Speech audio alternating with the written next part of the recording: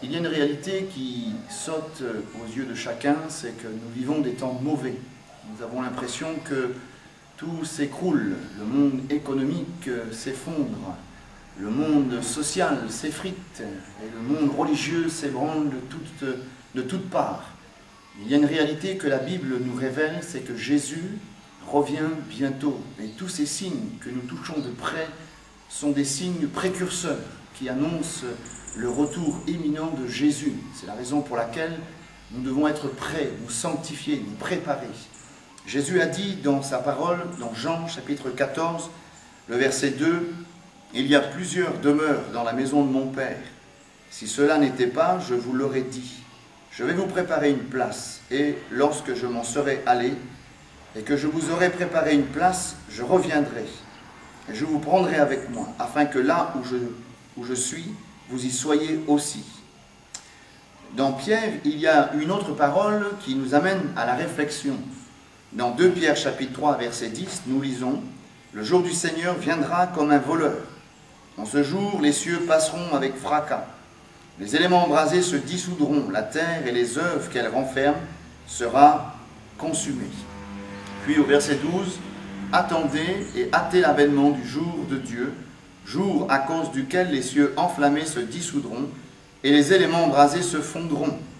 Nous attendons selon sa promesse de nouveaux cieux et une nouvelle terre où la justice habitera.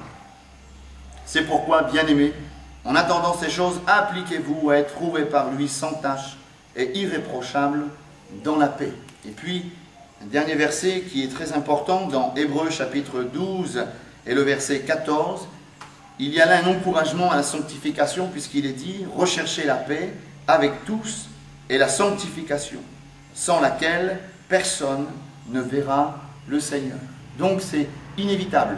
Nous savons que Jésus revient bientôt. Et j'aimerais vous montrer l'importance, par une petite expérience, l'importance de sanctifier nos vies. Ici, nous avons 2 petits sachets de thé qui pourraient représenter 2 personnes. Et ces sachets de thé représentent l'âme. Nous avons une âme. Nous ne sommes pas qu'un corps. Nous avons une âme.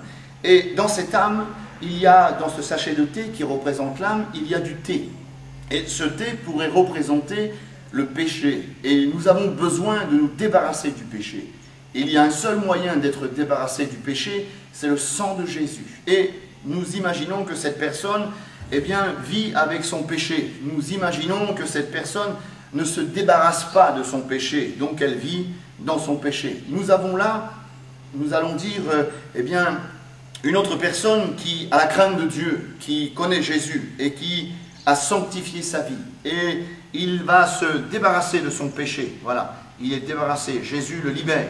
Jésus le pardonne. C'est une personne qui est sanctifiée. C'est une personne qui a la crainte de Dieu et elle est debout dans la foi. Voilà, nous avons là 2 personnes. Une personne qui vit avec son péché et une personne qui s'est débarrassée de son péché.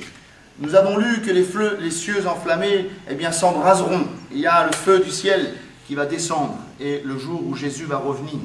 Vous allez voir qu'il y a une grande différence entre celui qui s'est sanctifié et celui qui ne s'est pas sanctifié. Regardez ce qui va se passer lorsque Jésus va revenir. Cette personne qui n'a pas débarrassé de son péché, elle va rester sur terre. Tandis que l'autre, qui a la crainte de Dieu, eh bien Jésus va l'enlever. Voilà. Et je pense que nous avons besoin de nous préparer à la rencontre de notre Dieu.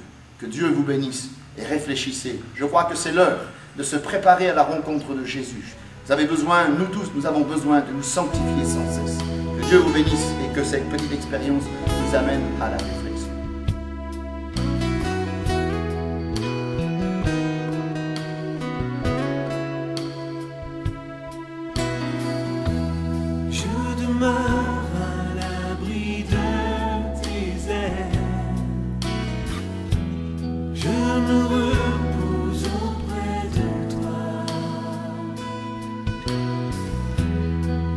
Fidélité sera mon bouclier.